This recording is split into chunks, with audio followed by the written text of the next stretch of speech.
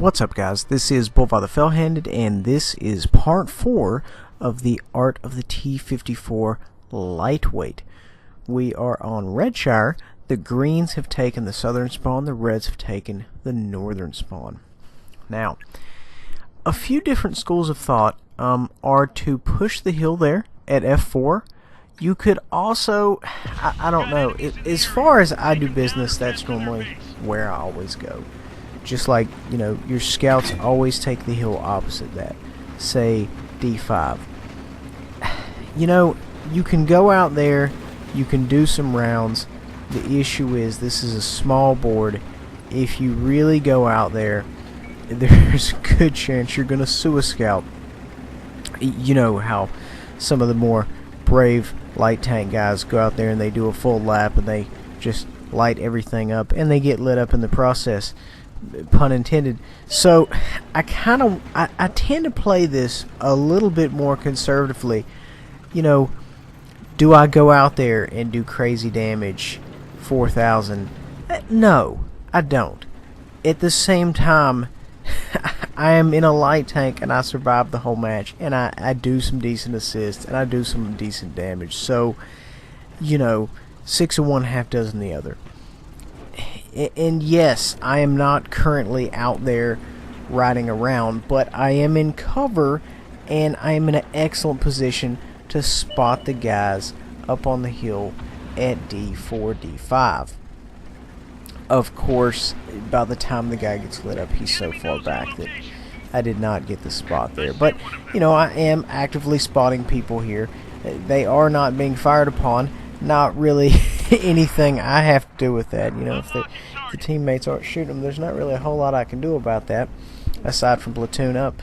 But, you know, a lot of my really good games in this tank are when I'm solo. I mean, granted, of course, if you have a light tank supported by an arty party, you're going to be considerably more effective, as your compadres will only shoot at, of course, what you light up. So it's a very easy way to go ahead and get this tank marked up.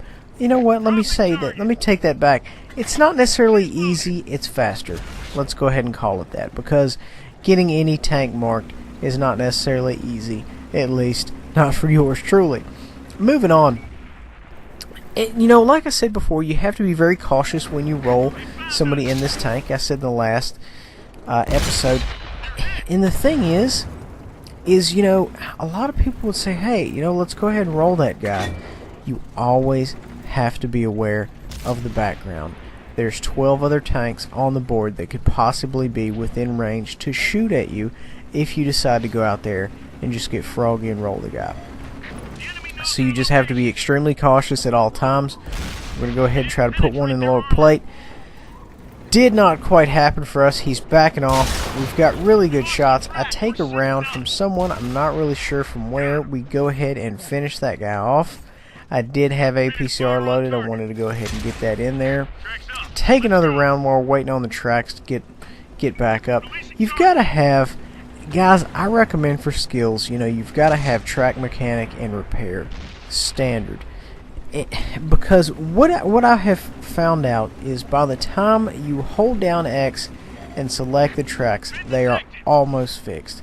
So I believe that's what I was working on at that particular time, but I highly recommend it because it will save you a lot of money and a lot of pain and suffering, because you can use that repair kit for something more important like ammo rack or turret repairs for your slower turret moving tanks. You know, you get a turret hit in a KV2, you pretty much have to use that or else you'll never get the gun on target.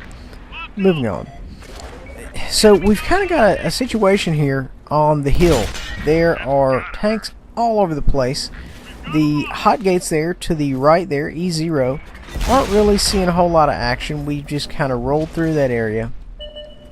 And our green team is moving up B7. So they're coming up to the cap. So it's kind of like a pincer maneuver.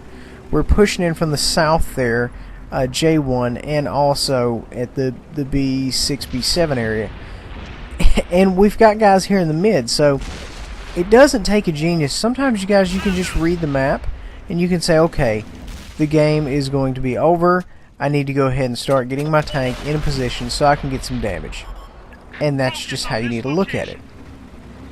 Now, the accuracy on this tank is pretty good. You're not really going to have to run a whole lot of APCR if you were, good at shot placement. I got that assisted right there, and you'll notice I get assisted just throughout the entire game, which is what a light tank should do. But you'll notice that I'm not loitering in any one area. I'm much more of an active scout via a passive scout. Passive scouts make me nervous doing it, because you just kind of sit there and you hope for the best. And sometimes I've been shot just sitting there because people, they know where the passive scouts like to go. I mean, granted, of course, I personally wouldn't do that. Seems like a waste of a round to me. I'd like to ID my targets, but you know what? Whatever works for you guys, make it happen.